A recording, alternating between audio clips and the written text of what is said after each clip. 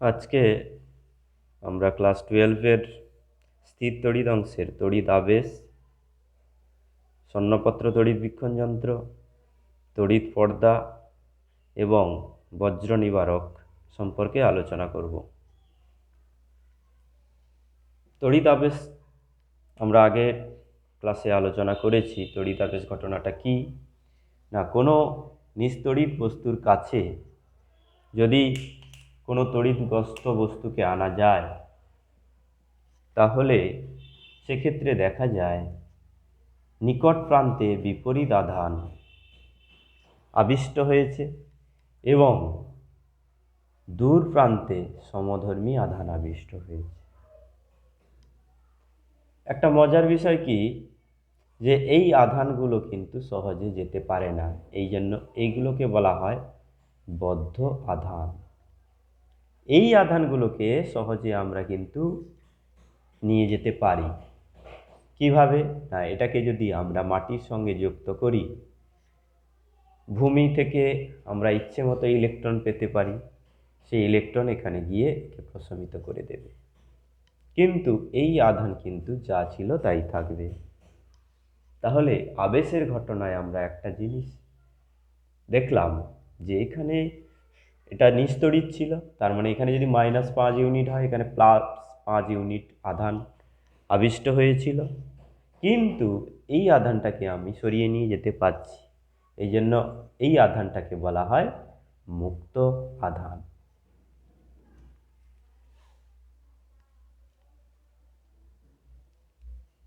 এবারে আমরা দেখব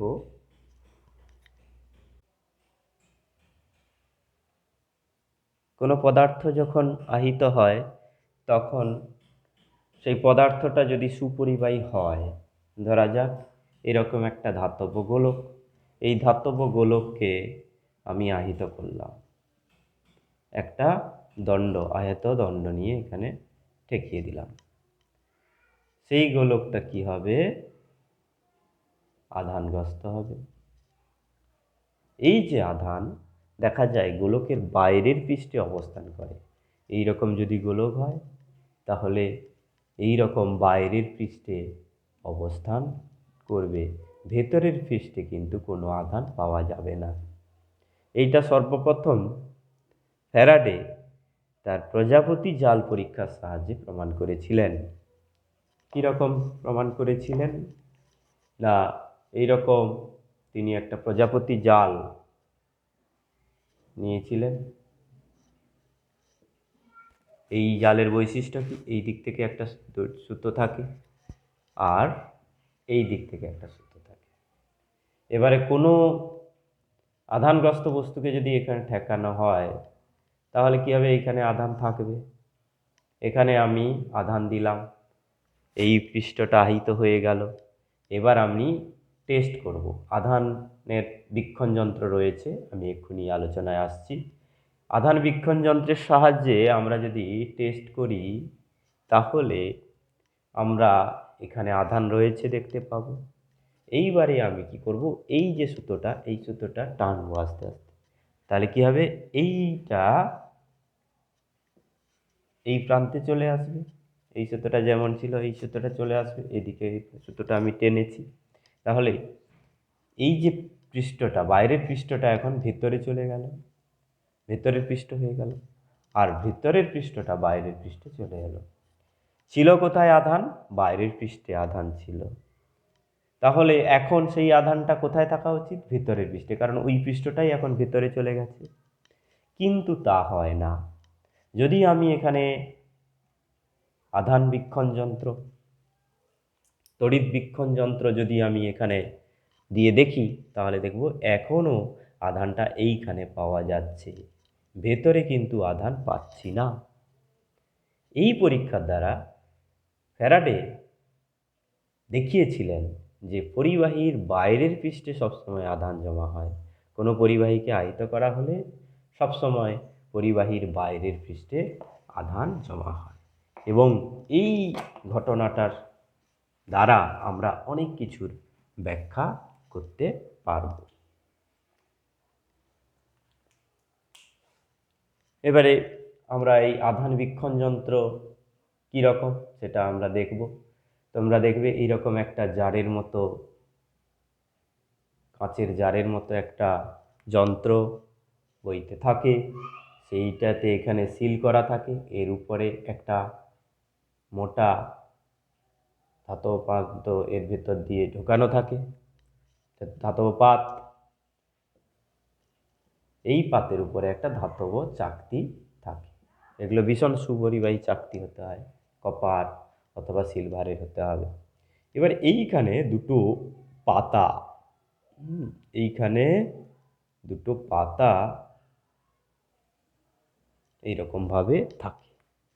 এই পাতা দুটো কীরকম? পাতা মানে অ্যাকচুয়ালি এগুলো পাত, এগুলো কোনো পাতা নয়, এগুলো হচ্ছে সোনার পাত। সোনাকে পিটিয়ে পিটিয়ে পিটিয়ে পিটিয়ে পাতলা করা হয়।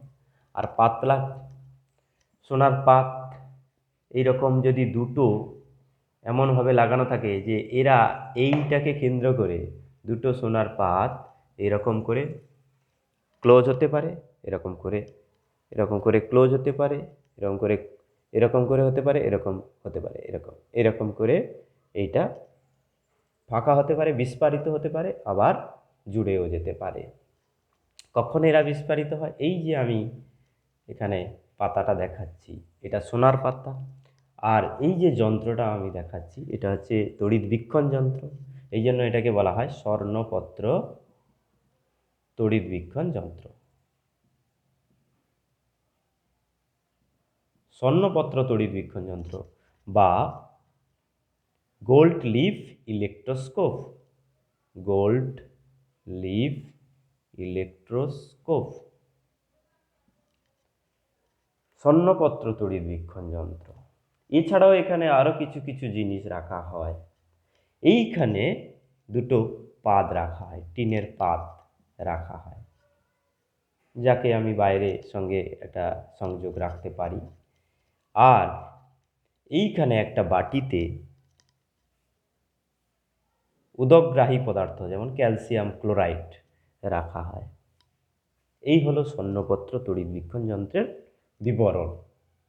তাহলে স্বর্ণপত্রগুলো কেমন থাকে এখানে আমি এরকম এঁকেছি, অ্যাকচুয়ালি এটা কেমন, এরকম পাতলা পাত। আর সোনাকেই একমাত্র পিটিয়ে পাতলা করা যায়, এই কারণে এখানে সোনার পাতটা দিলে সবচেয়ে ভালো কাজ হবে।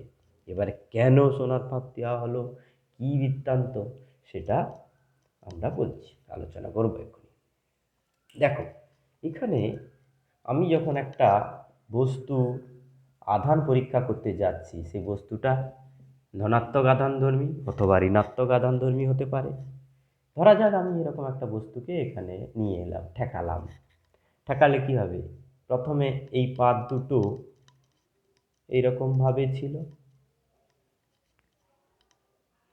এবারে এটাকে ঠেকানোর ফলে কি হবে? এই আধান পেয়ে যাবে। আর এইটা যেহেতু ধাতু কি করবে? তার সমস্ত পৃষ্ঠে সে আধানটাকে ছড়িয়ে দিতে চাইবে। কী হবে তখন? এই পাত দুটো ধনাত্মক আধানে আহিত হয়ে যাবে। দুটো পাত ধনাত্মক আধানে আহিত হয়ে যাওয়া মানে কি? তাদের মধ্যে বিকর্ষণ হবে, এও ধনাত্মক এও ধনাত্মক, এদের মধ্যে বিকর্ষণ হবে, ফলে এরা বিস্ফারিত হবে। এইরকমভাবে এরা চলে আসবে। এবারে এটাকে যদি ঋণাত্মক আধানে আহিত করা হতো, ঋণাত্মক আধানগ্রস্ত বস্তুকে আমি যদি এখানে ঠেকিয়ে দিই, তাহলে এটা ঋণাত্মক হয়ে যাবে, আধানে আহিত হয়ে যাবে। তখন কি হবে? এই পাত দুটোর মধ্যে ঋণাত্মক আধান জমা হবে।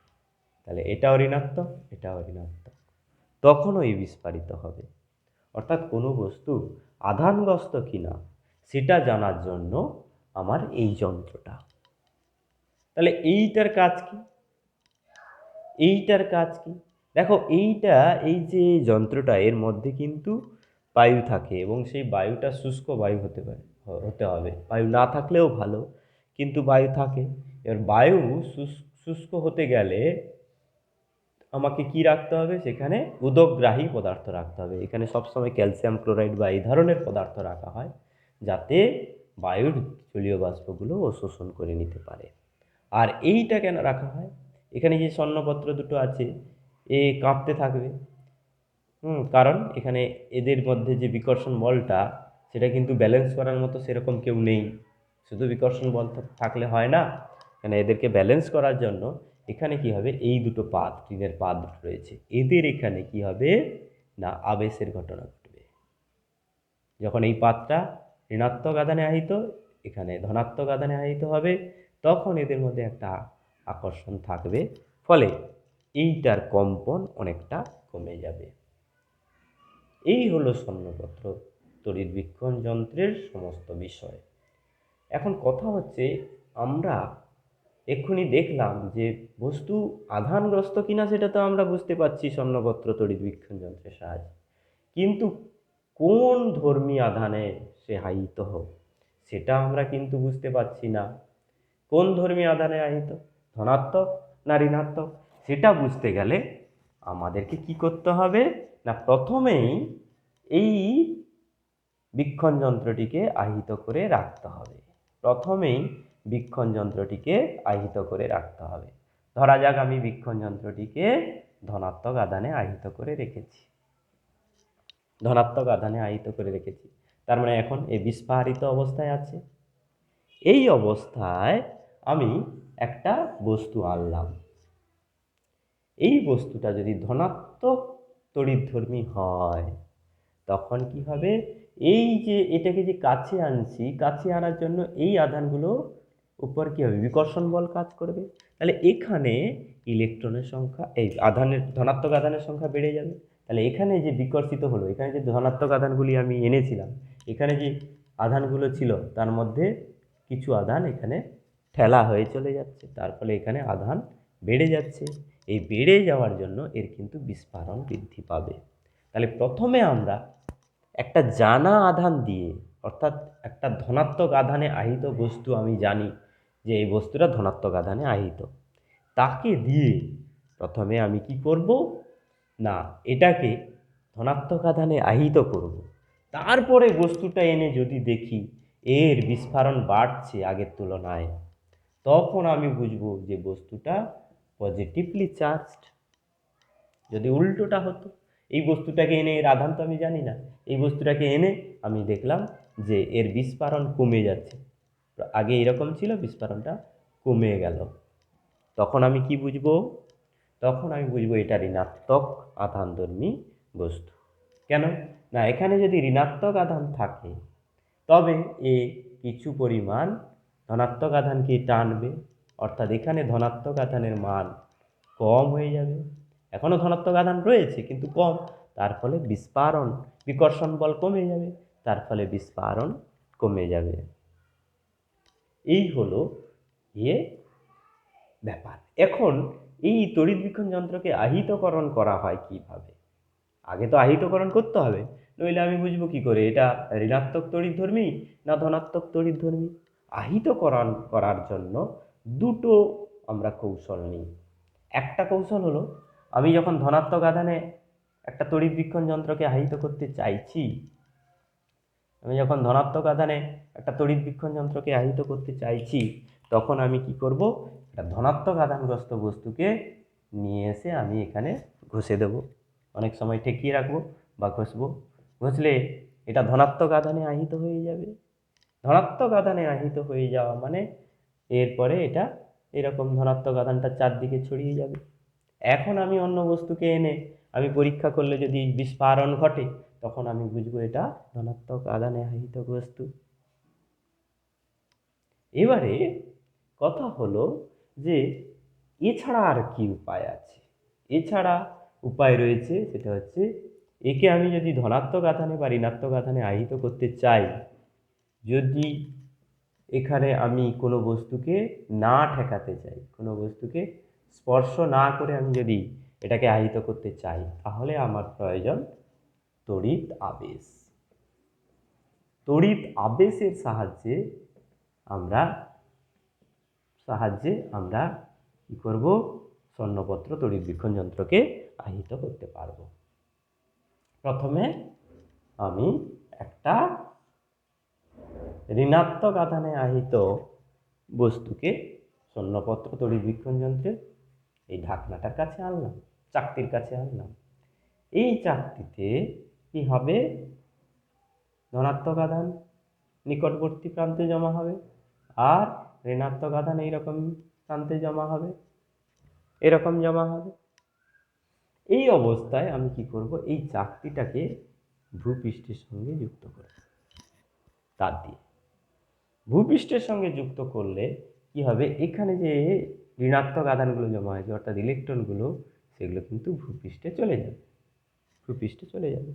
তখন এখানে ধনাত্মক আধান হয়ে যাবে, এইগুলোও চলে যাবে, কিন্তু এগুলো কিন্তু সব মুক্ত আধান, এগুলো সব চলে যাবে, এগুলো সব চলে যাবে। এই অবস্থায় আমি কি করব, এটাকে কেটে দেব। যেই চলে গেল এটাকে কেটে দেব, কেটে দিয়ে এটাকে সরিয়ে নেব। সরিয়ে নিলে দেখো এখন এখানে শুধু ধনাত্মক আধান রয়েছে। সেই ধনাত্মক আধানটা এখন কি হবে, পুরো চাকতি জুড়ে সমানভাবে ছড়িয়ে যাবে, পুরো চাকতি জুড়ে সমানভাবে, এবং পুরো দণ্ড জুড়ে সমানভাবে, এবং পুরো লিফ পত্রতে সমানভাবে ছড়িয়ে যাবে। তাহলে হলো কি না, এই স্বর্ণপত্র তড়িৎবীক্ষণ যন্ত্রটি ধনাত্মক আধানে আহিত হলো। কি করে হলো না, তড়িৎ আবেশের সাহায্যে হলো। কোনো বস্তু থেকে আধান নিতে হলো না, শুধুমাত্র একটা কৌশল করতে হলো। হ্যাঁ, আবেশের থেকে আমরা এটা জানি যে এটা হচ্ছে বদ্ধ আধান। এই বদ্ধ আধানগুলো থেকে গেল, আর মুক্ত আধানগুলোকে ভূপৃষ্ঠে বা ভূমিতে নিয়ে চলে যাওয়া হলো। এরপরে আমি যদি একটা বস্তুকে আনি, এই বস্তুটা যদি ধনাত্মক তড়িৎগ্রস্ত হয় তাহলে আরও বিস্ফারিত হবে। এই বিস্ফারণ দেখে বুঝবো যে এটা ধনাত্মক তড়িৎগ্রস্ত বস্তু। এবার একটা ঋণাত্মক তড়িৎগ্রস্ত বস্তুকে আনা মানে কি, এখানে বিস্ফারণ কম হয়ে যাবে, সেটা দেখে বুঝবো যে এটা ঋণাত্মক তড়িৎগ্রস্ত বস্তু। প্রথমে তো আমি জানি না এটা কোন ধরনের আধানে আহিত, কিন্তু এটা প্রাথমিকভাবে যদি ধনাত্মক আধানে আহিত থাকে, এখানে একটা বস্তুকে আনলে এর বিস্ফারণ যদি বেড়ে যায় তবেই এটা ধনাত্মক আধানে আহিত বস্তু বলে আমি বুঝতে পারবো। আর এর বিস্ফারণ যদি কমে যায় তবে এটা ঋণাত্মক আধানে আহিত বস্তু বলে আমি বুঝতে পারবো। এছাড়াও একটা হয় যে আমি যদি নিস্তড়িৎ বস্তুকে আনি, নিস্তড়িৎ বস্তুকে আনলে কী হবে, তার কিন্তু বিস্ফারণ কিছুটা কমে যাবে। কেন না, এই আধানগুলো ধনাত্মক আধানগুলো নিস্তড়িতে এখানে, এই আধানগুলো এখানে একটা আবেশ সৃষ্টি করবে। আবেশের ফলে কী হবে, এদের মধ্যে একটা আকর্ষণ থাকবে, তাহলে ধনাত্মক আধানগুলো এই দিকে একটু বেশি থাকার প্রবণতা হবে, ফলে বিস্ফারণ সামান্য কমবে। তাহলে নিস্তড়িৎ বস্তুর ক্ষেত্রেও কিন্তু বিস্ফারণ সামান্য কমে যাবে। এটা ধনাত্মক আধানে আহিত হোক কিংবা ঋণাত্মক আধানে আহিত হোক, সব ক্ষেত্রে নিস্তড়িৎ বস্তু আনলে তার বিস্ফারণ কিছুটা কমে যাবে। এবার দেখা যাক এটাকে আমি ঋণাত্মক আধানে আহিত করব কিভাবে। একটা স্বর্ণপত্র তড়িৎবীক্ষণের যন্ত্রকে আবেশের সাহায্যে আমরা ঋণাত্মক আধানে আহিত করতে চাই, তাহলে আমাকে কি করতে হবে, ধনাত্মক তড়িৎগ্রস্ত বস্তুর কাছে আনতে হবে। ধনাত্মক বস্তুর কাছে আনলে কি হবে, এখানে ঋণাত্মক আধান আবিষ্ট হবে, এখানে ঋণাত্মক আধান আবিষ্ট হবে, আর ধনাত্মক আধান দূরের প্রান্তে হবে, দূরের প্রান্তে হবে। এবার আমরা কি করব, ভূপৃষ্ঠ সঙ্গে তার দিয়ে যোগ করে দেবো। এখান থেকে কী হবে, ইলেকট্রন গিয়ে এগুলোকে প্রশমিত করে দেবে, এগুলোকে প্রশমিত করে দেবে। এবারে আমি তারটা কেটে দেবো, কেটে দিয়ে এটাকে সরিয়ে নেব, নিলে কী হবে, এই আধানগুলো চারদিকে সমানভাবে ছড়িয়ে যাবে। এইভাবে আমরা স্বর্ণপত্র তড়িৎবীক্ষণ যন্ত্রকে আধানে আহিত করতে পারবো, ধনাত্মক আধানেও আহিত করতে পারবো, আর ঋণাত্মক আধানেও আহিত করতে পারবো। অর্থাৎ স্বর্ণপত্র তড়িৎবীক্ষণ যন্ত্র কি, সেটাকে কিভাবে আহিত করা যায়, সেটার সাহায্যে কিভাবে একটা বস্তু আধানগ্রস্ত কিনা জানা যায়, আধানগ্রস্ত বস্তু হলে সেটা কোন ধরনের আধানে আহিত, ধনাত্মক আধানে না ঋণাত্মক আধানে আহিত, সেটাও আমরা জানতে পারি কিভাবে, সেই সম্পর্কে আমরা আলোচনা করলাম। এরপরে আমরা আলোচনা করব তড়িৎ পর্দা। তড়িৎ পর্দা কি না, কোনো একটা স্থানে যদি কোনো আধান থাকে, সেই আধানের উপরে আমি যদি এখানে আধানগ্রস্ত বস্তু আনি, সেই আধানের উপর একটা তার উপর বল কাজ করবে। অর্থাৎ এই আধানের জন্য এখানে একটা তড়িৎ ক্ষেত্র থাকবে। তড়িৎ ক্ষেত্র কি, তড়িৎ ক্ষেত্র প্রাবল্য কি, এর পরের অধ্যায়ে আছে। তড়িৎ ক্ষেত্র এখানে কাজ করবে, অর্থাৎ এই যে আধানগ্রস্ত বস্তুটাকে আমরা আনলাম, এর প্রভাব কিন্তু এখানে সব জায়গায় থাকবে। কিন্তু এই জায়গাটা আমি প্রভাব মুক্ত করতে চাই, অর্থাৎ বাইরের যে কোনো জায়গা থেকে আধান আনি না কেন, ধনাত্মক আধান আনি বা ঋণাত্মক আধান আনি, যাই আনি না কেন, এইখানে কোনো তড়িতের প্রভাব থাকবে না। তাহলে এই জায়গাটাকে আমি পর্দা দিয়ে ঘিরে দেবো, এই জন্য এটাকে বলা হচ্ছে তড়িৎ পর্দা। আর এই পর্দা কিন্তু আমাদের সাধারণ পর্দার মতো নয়, এই পর্দাটাকে আমরা স্পেশালি আমরা তৈরি করব। সেই পর্দাটা কীরকম না, এটা হচ্ছে ধাতব তারজালি বা পাতলা ধাতুর আবরণ দিয়ে পুরো জায়গাটাকে আমি ঘিরে দেব। কেন আমি পাতলা ধাতুর আবরণ দিয়ে ঘিরে দেব? কারণ আমরা একটু আগেই জেনেছি যে ফ্যারাডের পরীক্ষায় যে যখন কোনো বস্তুকে আনা হবে একটা বস্তুর কাছে, একটা পরিবাহী বস্তুর কাছে আনলে সেখানে যে আবেশের ফলে যে আধান হবে বা এই বস্তুটাকে যদি ঠেকানো হয় সেখানে যে আধান পাবে, সেই আধানটা এর বাইরের পৃষ্ঠে থাকবে, ভেতরের পৃষ্ঠে কোনো আধান যাবে না। এর ফলে এইটা যদি ধনাত্মক হয়, এইটা যদি ঋণাত্মক হয়, এদের দুজনের প্রভাবে এখানে কিন্তু কোনো তড়িৎ ক্ষেত্র পাওয়া যাবে না। তাহলে আমাদের এইটা ভালো করে মনে রাখতে হবে যে কোনো জায়গা, কোনো অঞ্চলকে যদি আমি ধাতব অংশ দিয়ে বা ধাতব তারজালি দিয়ে বা ধাতব পাত দিয়ে যদি মুড়ে দিই, সেই জায়গার ভেতরের অংশে তড়িৎ ক্ষেত্র থাকবে না। অর্থাৎ বাইরের বাহ্যিক তড়িৎ আধানের প্রভাব তার ভেতরে বা সেই অংশের মধ্যে থাকবে না। এই ব্যবস্থাকে বলা হয় তড়িৎ পর্দা, ইলেকট্রিক স্ক্রিনিং, তড়িৎ পর্দা। ঠিক আছে, আমরা জানতে পারলাম তড়িৎ পর্দা কি। এরপরে তড়িৎ পর্দার ব্যবহার বোঝা খুবই সহজ, যে কোনো বস্তুকে আমরা তড়িৎ ক্ষেত্রের বাইরে রাখতে চাই, তাহলে সেইখানে আমরা তড়িৎ পর্দা দিয়ে দেবো। কোনো অঞ্চলকে আমরা তড়িৎ ক্ষেত্র মুক্ত রাখতে চাই, সেখানে আমরা তড়িৎ প্রবাহ দেবো, তড়িৎ পর্দা দেবো। এছাড়াও আমরা দেখেছি, আমরা যদি কোনো ধাতব ট্যাঙ্ক আমাদের বাড়িতে যেগুলো থাকে তার মধ্যে যদি আমরা মোবাইল ফোন রাখি, সেখানে তার টাওয়ার থাকে না। আর এই যে সিগন্যাল, এই সিগন্যালের মধ্যে কি থাকে? তড়িৎ ক্ষেত্র, চুম্বক ক্ষেত্র থাকে। সিগন্যাল ইলেকট্রোম্যাগনেটিক সিগন্যাল, সেখানে তড়িৎ ক্ষেত্রটা ওর মধ্যে ঢুকতে পারে না। এই কারণে কোনো আচ্ছাদনযুক্ত, কোনো ধাতব আচ্ছাদনযুক্ত বদ্ধ যদি কোনো জায়গায় আমরা যাই, সেখানে ইলেকট্রিক সিগন্যাল থাকে না বললেই চলে। ঠিক আছে, এরপরে আমাদের লাস্ট যেটা, সেটা হলো কি বাজ পড়ে কেন, বজ্রপাত কেন হয় না? দেখো, আমাদের যে ভূপৃষ্ঠ, সেই ভূপৃষ্ঠ থেকে কিছুটা উঁচুতে মেঘের সঞ্চার হয়। সেই মেঘের মধ্যে আধান থাকতে পারে, সেই আধান নেগেটিভ হতে পারে, পজিটিভ হতে পারে, নেগেটিভ হতে পারে, পজিটিভ হতে পারে। এবার কোনো কারণে এই মেঘটার এই দিকটা যদি নেগেটিভ আধান হয়, তাহলে ভূপৃষ্ঠে কি হবে? একটা আবেশের ফলে বিপরীত আধান জমা হবে, এবং এইখানে এই আধানটা যখন অত্যন্ত বেশি হবে, তখন কি হবে? এই ভূপৃষ্ঠ এবং মেঘের মধ্যে একটা অত্যন্ত বেশি বিভবের সৃষ্টি হবে, 50,000 ভোল্ট পর্যন্ত হতে পারে বা আরও বেশি হতে পারে। তখন এর মধ্যে যে বায়ু আছে, সে আর কিন্তু ব্যাড কন্ডাক্টর নয়, তার মধ্য দিয়ে কিন্তু তড়িৎ, ইলেকট্রন এখান থেকে এখানে যেতে চাইবে, এখান থেকে এখানে ইলেকট্রন যেতে চাইবে, কারণ বিভবের মান কমাতে চাইবে। এটাই হচ্ছে প্রকৃতির ধর্ম। আর এই কারণে একটা ইলেকট্রিক ফ্লো বা একটা চার্জের ফ্লো মেঘ থেকে ভূপৃষ্ঠের দিকে নেমে আসে।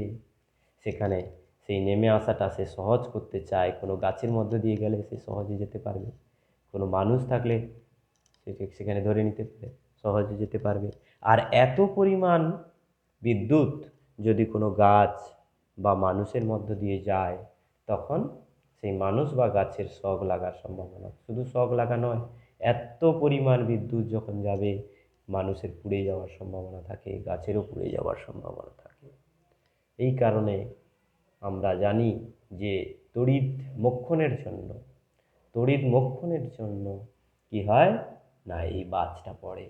এখন তড়িৎ মোক্ষণ এই বিষয়টা আমরা অনেক জায়গায় দেখেছি। যখন আমরা কোনো হাই ওয়াটেজের কোনো তড়িৎ যন্ত্রকে আমরা চালাই, আমরা লক্ষ্য করেছি অনেক সময় যে সুইচ টেপার সময় সেখানে একটা বিদ্যুতের ফুলকি পাওয়া যায়। তোমরা ট্রেনের পেন্টোগ্রাফ যন্ত্র দেখেছো, সেই যন্ত্রে দেখেছো সেখানে ট্রেনের যে ইলেকট্রিক সাপ্লাই যেটা ওভারহেড থেকে হয়, এই ওভারহেডের তারের সঙ্গে সেই যন্ত্রটা যখন যুক্ত হয় তখন সেখানে একটা বিদ্যুতের স্ফুরণ দেখতে পাওয়া যায়। এই সমস্ত ঘটনাকে বলা হয় তড়িৎ-মোক্ষণ। প্রকৃতিতে তড়িৎ-মোক্ষণের ঘটনাটা কিন্তু স্বাভাবিক, স্বতঃস্ফূর্তভাবে হয়। যার তড়িৎ বেশি থাকবে সেখানে কিন্তু আস্তে আস্তে সে তড়িৎ দিয়ে দিতে চাইবে। যে কোনো বস্তু তার যদি তড়িৎ বেশি থাকে সে কাছাকাছি নিস্তড়িৎ বস্তুকে তড়িৎ দিয়ে দিতে চায়। এই ঘটনাকে বলা হয় তড়িৎ মোক্ষণ। এক্ষেত্রেও তাই, এর আধান বেশি হয়ে গেছে, এই জন্য এ তড়িৎ দিতে চাইছে।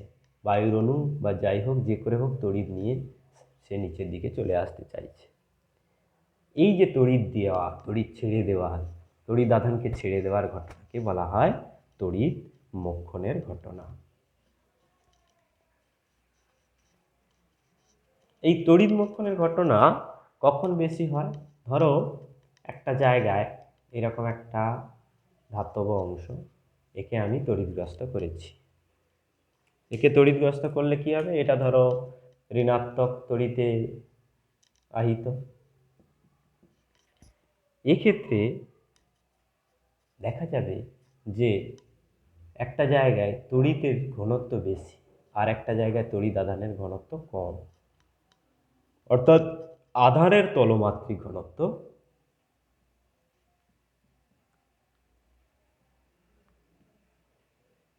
এক জায়গায় বেশি হয় আর এক জায়গায় কম হয়। ধরো আমি একটা গোলক, সুষম গোলককে আহিত করেছি, কিউ আধান দিয়েছি।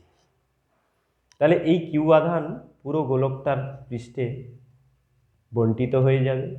আর প্রতি একক ক্ষেত্রফলে যে আধান থাকবে, মোট আধান বাই পৃষ্ঠের ক্ষেত্রফল, কিউ বাই 4πr²।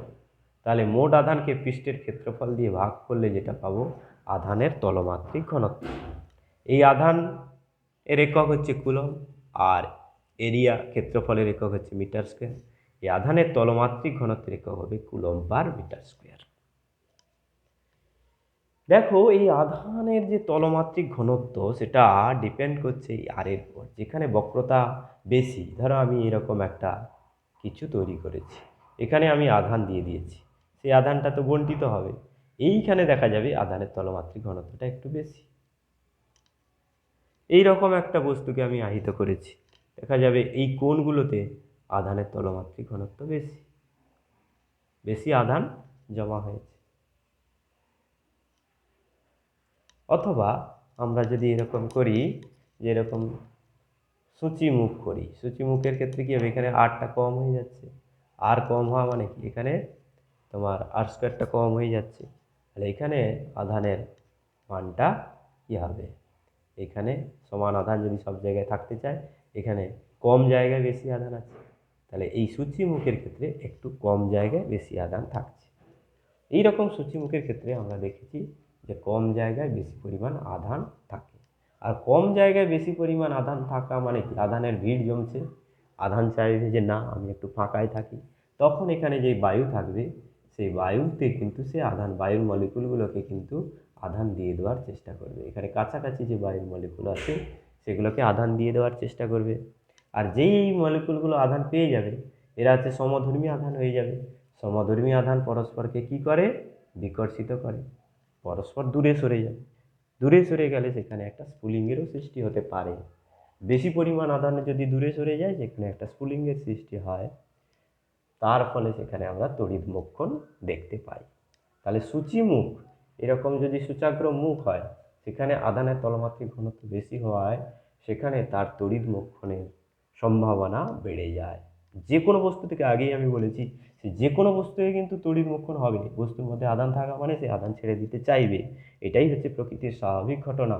কিন্তু সূচিমুখ হলে সেখান থেকে তড়িৎ মোক্ষণ হওয়া বা তড়িৎ বেরিয়ে যাওয়া, তড়িৎ আধান নিঃসৃত হওয়া, সেটা খুব স্বাভাবিক ঘটনা এবং বেশি পরিমাণে হওয়ার মতো ঘটনা।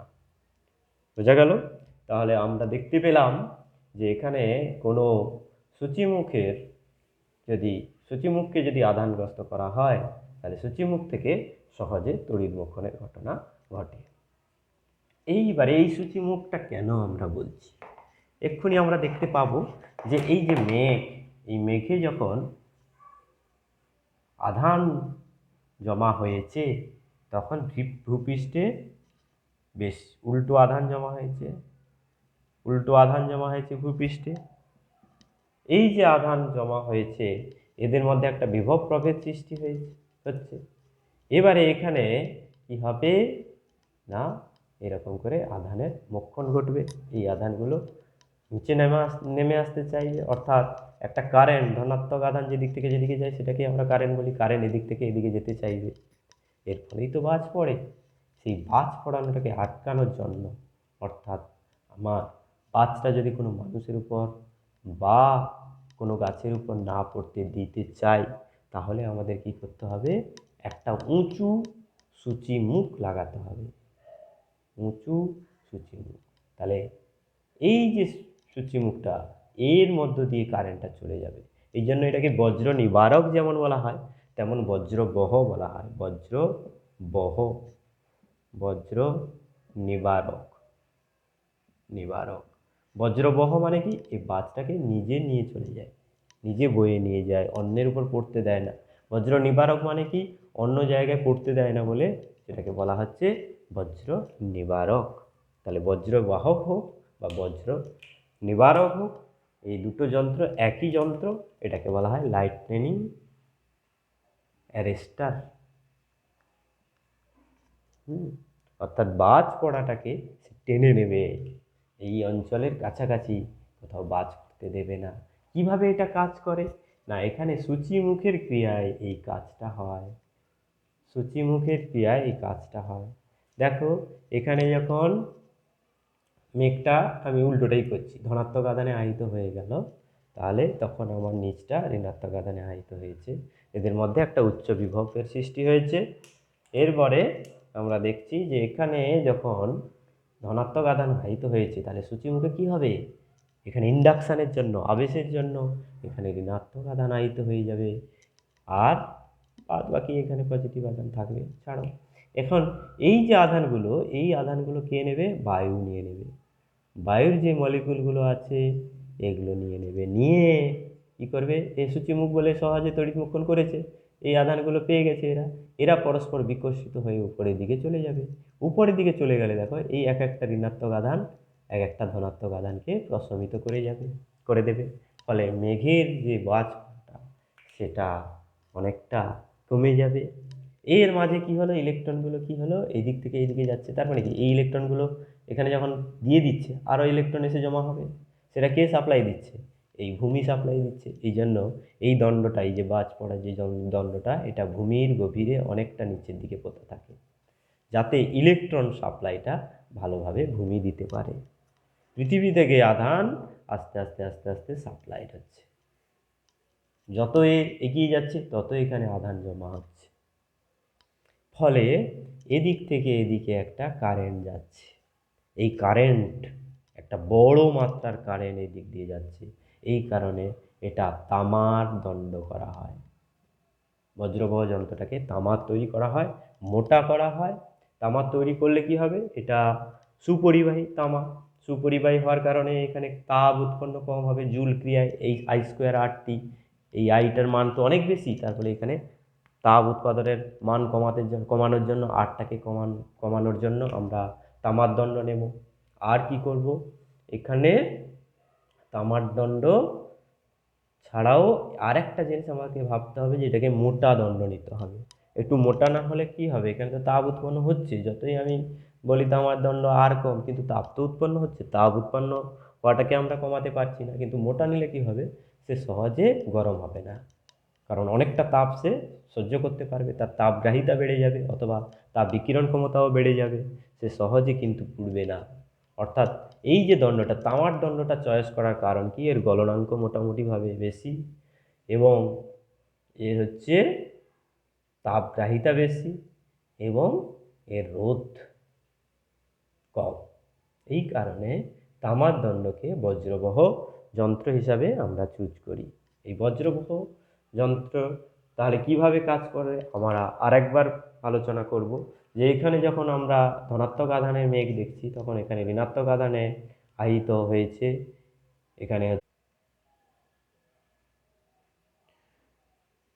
তাহলে আমরা বুঝতে পারলাম যে বাজ পড়ার ঘটনা কিভাবে আমরা তাকে ডিমিনিশ করতে পারি। বাজ পড়ার সময় বজ্র ব্যবহার করলে আমরা অনেকটা বাজের যে বাজ পড়ার যে ক্ষতিকারক দিক, যে অসুবিধা, যে ভয়ঙ্কর অভিজ্ঞতা, সেই অভিজ্ঞতা থেকে আমরা অনেকটাই মুক্ত হতে পারি। আমরা বাজ পড়ার যে নীতিটা, বজ্রভয়ের নীতিটা আরেকবার আলোচনা করছি। এখানে একটা বজ্রভয় রয়েছে, বজ্রভয়ের উপরে একটা সূচাগ্র মুখ রয়েছে, সূচিমুখ রয়েছে। সেই সূচিমুখ যুক্ত বজ্র নিবারক যন্ত্রটি ভূপৃষ্ঠের অনেক গভীরে পোতা রয়েছে। এবারে এখানে যদি মেঘ থাকে, মেঘে যদি আধান, ধনাত্মক আধান থাকে, সেক্ষেত্রে এখানে আবেশের কারণে ঋণাত্মক আধান আবিষ্ট হবে। এই ঋণাত্মক আধানে আবিষ্ট হলে এখানে ঋণাত্মক আধান সূচিমুখের জন্য এর তড়িৎ মোক্ষণ ঘটবে। পাশাপাশি থাকা যে বায়ুর অণুগুলো কি করবে, এই আধান সংগ্রহ করে পরস্পর থেকে দূরে সরে যাবে এবং মেঘের দিকে এগিয়ে যাবে। এর ফলে এখানে মেঘের আধান কিছুটা প্রশমিত হবে। এই সময়ে কি হবে না, ইলেকট্রনগুলো যখন এদিক থেকে এদিকে যাচ্ছে, এই দিকে একটা তীব্র তড়িৎ প্রবাহের সৃষ্টি হবে। সেই তড়িৎ প্রবাহের জন্য I²R তাপ এখানে উৎপন্ন হবে। এই কারণে এই আরটাকে কম রাখা হয়, কারণে এখানে তামার দণ্ড ব্যবহার করা হয়। আর দেখতে হবে এখানে যেন তামার দণ্ডটা কাটা কাটা না হয়, সম্পূর্ণ একেবারেই যেন একটাই দণ্ড হয়, মাঝে মাঝে জোড়া জোড়া দণ্ড যেন না হয়, তাহলে কিন্তু মাঝে এখানে অগ্নুৎপাতের ঘটনা ঘটতে পারে। তাহলে আমাদেরকে নিতে হবে একটা তামার মোটা দণ্ড, এবং যে দণ্ডটা একেবারে উপর থেকে নিচ পর্যন্ত আমরা বিচ্ছিন্ন থাকবে না, অবিচ্ছিন্ন একটা তামার দণ্ড নেব। তাহলে দেখতে হবে যে বজ্রবহ যন্ত্রটা তৈরি করছি, সেই যন্ত্রটা সিম্পল হলেও এর কয়েকটা ক্যারেক্টারিস্টিক রয়েছে। এই বজ্রবহ যন্ত্রের রোধের মান কম হবে, গলনাঙ্কের মান বেশি হবে, এবং এটা তাপ ছেড়ে দেওয়ার মতো, অর্থাৎ তামার দণ্ডটা একটু মোটা হবে এবং অবিচ্ছিন্ন হতে হবে। এই হলো বজ্রবহ যন্ত্র সম্পর্কে আমাদের আলোচনা। এরপরে আমরা যে বিষয়টা আলোচনা করি সেটা হচ্ছে উচ্চ বিভব সৃষ্টি। উচ্চ বিভব সৃষ্টি করা। আমরা দেখলাম মেঘে আপনাতেই উচ্চ বিভব সৃষ্টি হয়, কিন্তু সেই বিভবটাকে আমরা এখনো পর্যন্ত কোনো ব্যবহারিক কাজে লাগাতে পারিনি বা বিজ্ঞান সক্ষম হয়নি। এখন উচ্চ বিভব সৃষ্টি করব, আমাদের বিভিন্ন প্রয়োজনে, বিভিন্ন কাজের প্রয়োজনে উচ্চ বিভব লাগে।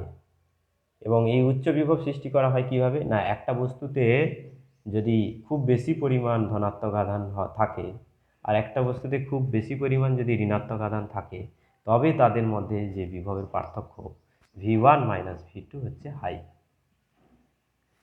তাহলে দুটো বস্তুর মধ্যে বিভবের পার্থক্য অত্যন্ত বেশি হয়, বেশি হলে তখন আমরা বলবো উচ্চ বিভব।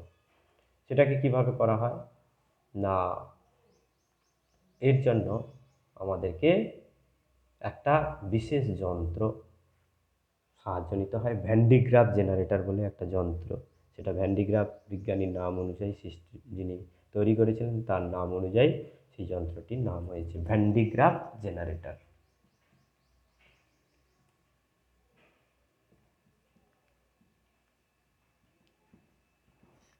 ভ্যান ডি গ্রাফ জেনারেটরে কী থাকে না, এরকম একটা বেল্ট থাকে, সেই বেল্টটা এরকম করে ঘোরে এবং এখানে একটা সূচিমুখ থাকে। সূচিমুখটাকে আমরা এখানে একটা তড়িৎ যন্ত্রের সাহায্যে যুক্ত রাখি, একটা তড়িতের উৎস সাহায্যে যুক্ত রাখি। এবার এখানে সূচিমুখটা, এখানে যদি ঋণাত্মক, এটা যদি ধনাত্মক হয়, সূচিমুখে এখানে ইলেকট্রন থাকে। এবারে সহজেই সূচিমুখ থেকে আধানটা এই বেল্টের কাছে চলে যায়। এবার এই বেল্টটা যখন ঘুরতে থাকে তখন কী হয়, বেল্টের এই যে আধানটা আস্তে আস্তে বেল্টের সাহায্যে উপরের দিকে উঠতে থাকে এখন আমি যদি এখানে একটা এরকম ধাতব গোলক করে দিই, তাহলে কি হবে? এই ধাতব খোলকে আমরা জানি ধাতুর বাইরের পৃষ্ঠে আধান জমা হয়। এই যে আধানগুলো উঠে যাচ্ছিল আস্তে আস্তে আস্তে আস্তে কি হবে? এই ধাতব গোলকের উপরে জমা হবে। এরকম করে অনেকবার ঘুরবে। আর এখান থেকে উৎস তো লাগানোই আছে, এখান থেকে সেরকমভাবে ইলেকট্রন বা ঋণাত্মক আধানগুলো আস্তে আস্তে আস্তে আস্তে গিয়ে এর পৃষ্ঠে জমা হবে। এর পৃষ্ঠে জমা হলে একটা লার্জ পরিমাণ, অনেক বেশি পরিমাণ ইলেকট্রন এখানে জমা হবে। এবার ধনাত্মক আধান যদি এখানে রাখা হতো, তাহলে কি হতো? আমি যদি পাশেই আর একটা আঁকি, এরকম করি, পাশেই যদি আমি এরকম একটা বেল্টের মতো ব্যবস্থা রাখি, সেখানে যদি আমি ধনাত্মক আধান দিয়ে থাকি, তাহলে কি হবে? ধনাত্মক আধানগুলো এখানে জমা হবে। তাহলে ধনাত্মক আর ঋণাত্মক আধান কাছাকাছি যখন দুটো এরকম ধাতব পাত থাকবে, ধাতব গোলীয় খোলক থাকবে, তাদের মধ্যে উচ্চ বিভবের সৃষ্টি হবে। এইভাবে ভ্যান ডি গ্রাফ, একজন বিজ্ঞানীর নাম, তিনি এই জেনারেটরটা তৈরি করেছিলেন বলে এটাকে ভ্যান ডি গ্রাফ জেনারেটর বলা হয়। এই ভ্যান ডি গ্রাফ জেনারেটরের সাহায্যে উচ্চ বিভব তৈরি করা যায়। আজকে এই পর্যন্ত। তোমাদের প্রথম অংশ স্থির তড়িৎ বিজ্ঞানের যে সূচনা, সেটার প্রথম অংশ আগের লেকচারে ছিল। দ্বিতীয় অংশ শেষ হলো। এরপরে তড়িৎ ক্ষেত্র, তড়িৎ বিভব এবং তড়িৎ দ্বিমেরু ও অন্যান্য স্থির তড়িতের যে বিষয়গুলো, সেগুলো আলোচনা হবে। আজকে এই পর্যন্ত।